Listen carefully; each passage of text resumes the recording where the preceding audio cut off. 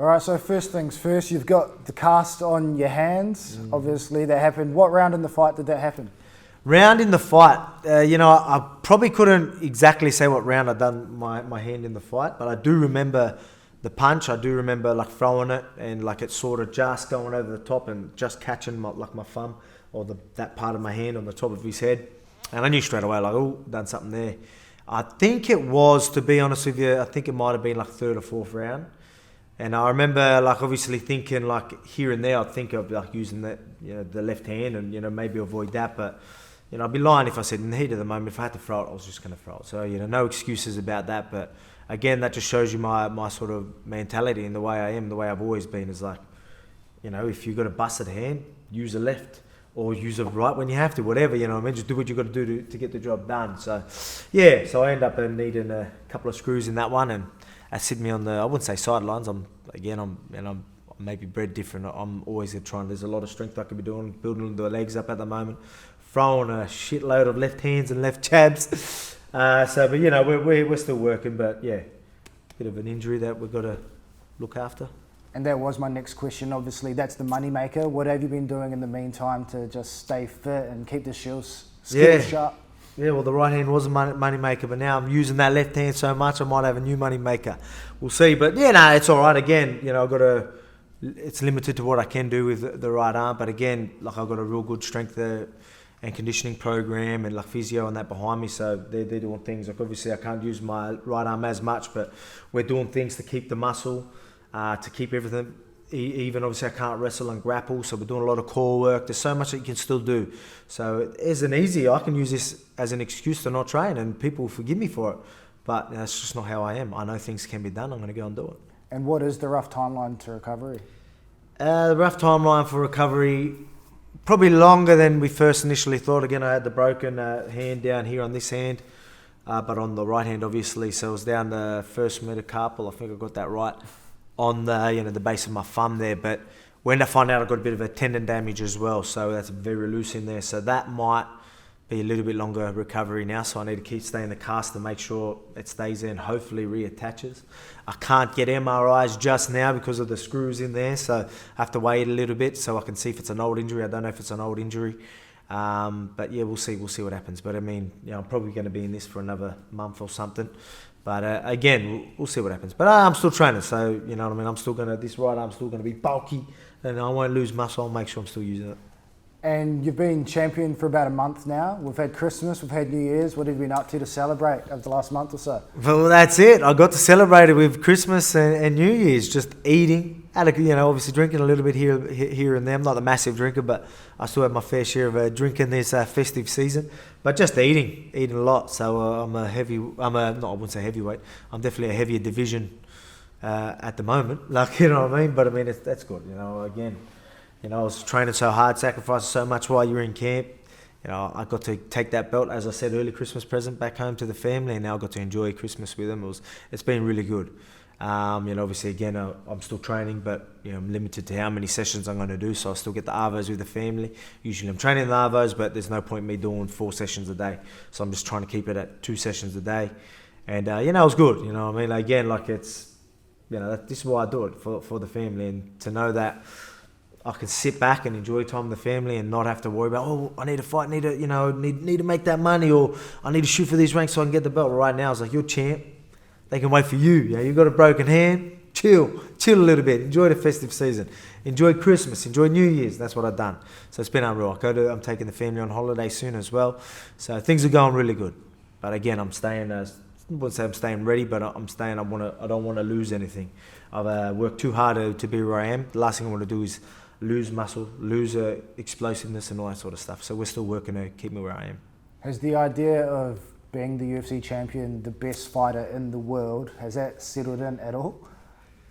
Has me being the champion, or me being the UFC champion or featherweight champion of the world, has that really sunk in? To be quite honest, no.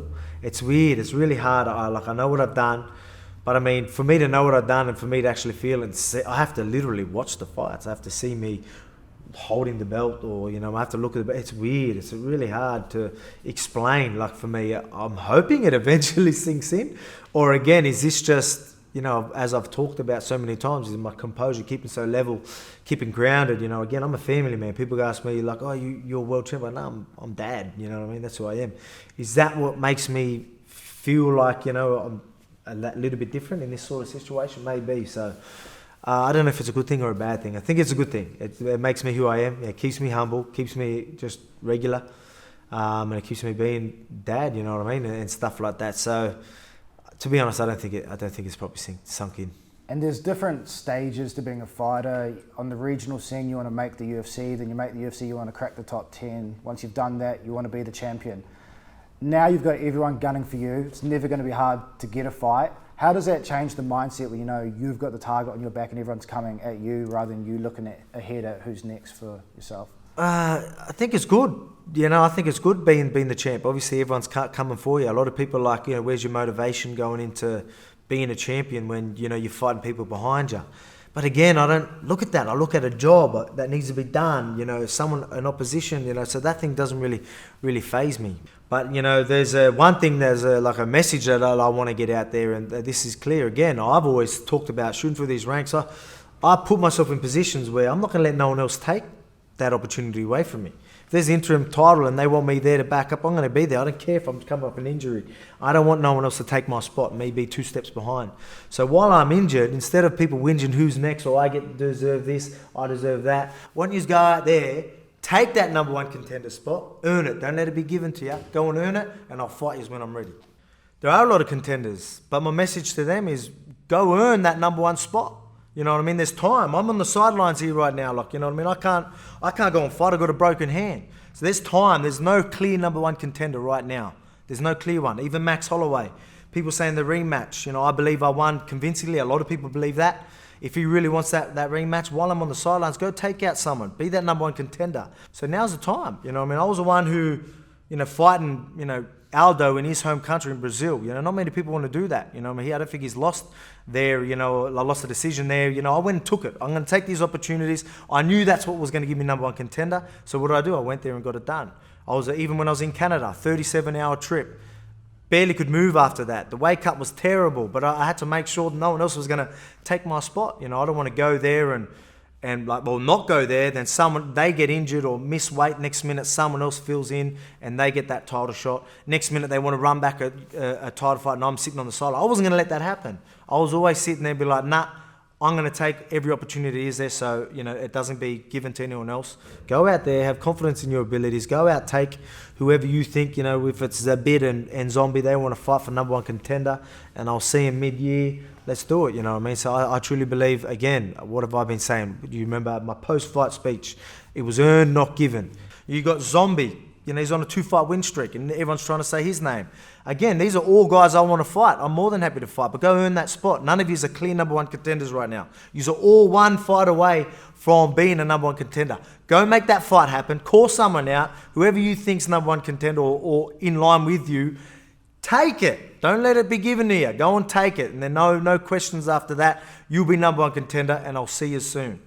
Do you think Max should be next? Well, to be honest, again, straight after the fight, I probably thought it was closer than what it was. Again, I'm my hardest critic. I go into these fights and, I remember the shots that had taken me. Again, I'm so composed, I don't want him touching me. So when he touches me, I remember it. You know what I mean? I want to make him miss.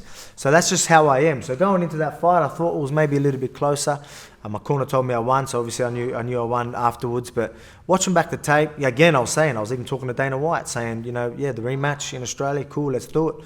Watching back the tape, talking to the corner, they're like, what's the point? You clearly won. I'm my hardest critic, and I'm not usually biased. I was watching them fights, and sure, there was rounds closer than other, but I was really struggling to give him a round. I really was. It was, again, some rounds that were a bit closer. The stats show how much more I was, but then people are going to be, oh yeah, but they were leg kicks. I'm like, he's known for a volume puncher. So you're going to you're telling me he's throwing KO blows? That's not how he fights. He's throwing a lot of jabs and stuff like that. So again, I don't know. I'm going off tangent with that, but I just think that I don't know if he deserves that title. But again, I'm sidelined. If he's keen to go and take on whoever to show that he deserves that spot, or is he going to move up? I don't even know what he wants to do. Again, there's names getting thrown out there. We haven't really talked to Dana and the matchmakers yet. Obviously, I've got this to worry about, but Whoever's number one contender, whoever deserves it, come and get it.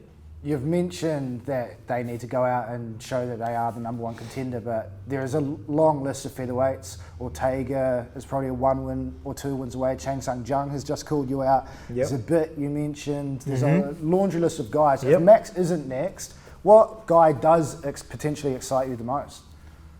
Again, that's that first title defense. Would it be something I want? Definitely. I'd love to fight on an Aussie card and headline it, and that'd be amazing. That is something that Dana White did say. He said in the press conference afterwards, he said it to me. But again, I think that more revolves around, what Max wants to do as well. Like he talked about the rematch, but we'll just see. Again, we'll see what plays out.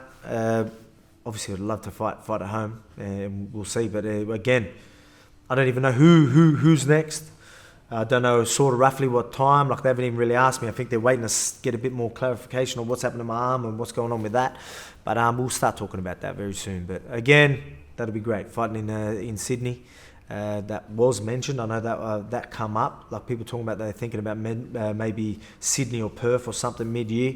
So that'll be great. So I believe I deserve to headline something like that. So I think that'll be cool. But we just don't know yet. And the term greatest of all time is thrown around a lot, but you did beat the 2 guys who are in the debate for featherweight. When you look ahead at 2020, if you rack up a couple of wins, is that your ultimate goal, to be the greatest featherweight fighter ever? Am I fighting for this career to be the best fighter of all time, the GOAT? No, probably not. I'm not. That's not my main goal. Oh yeah, I want to be GOAT. I want my legacy. A lot of people talk about these things. I talk about, again, this is a career path that I chose. And, I want to support my family, and to do so, I need to win.